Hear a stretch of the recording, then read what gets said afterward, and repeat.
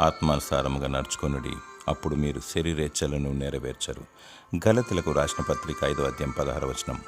యేసు ప్రభువుని నోటితో ఒప్పుకొని దేవుని అంగీకరించి రక్షణ మారు మనసు పొంది నీటి బాప్తిసం తీసుకొని దినదినము దేవుని వెంబడిస్తూ ఆత్మాభిషేకం పొందుకొని శరీర క్రియలకు దూరంగా ఉండినచో, అనగా అబద్ధము, మోసము, దొంగతనం, నరహత్య, వ్యభిచారము మరియు అంతరాత్మలో చెడు తలంపులు, చెడు క్రియలు లేకుండా జాగ్రత్త పడినచో, దేవుడు కనికరించి జీవగ్రంథమందు నీ పేరు లిఖించును.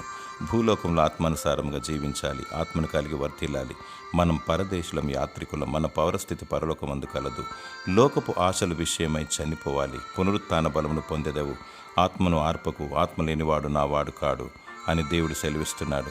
పరిశుద్ధముగా పవిత్రంగా జీవిస్తూ ఆయన సన్నిధిలో ఆత్మతో సత్యముతో జీవం గల దేవుని ఆరాధించు. అంతం వరకు దేవునికి నమ్మకముగా జీవించు. జీవకిరీటాన్ని పొందుకొనిదెవు. ప్రభు రాకడకై సిద్ధపడుము.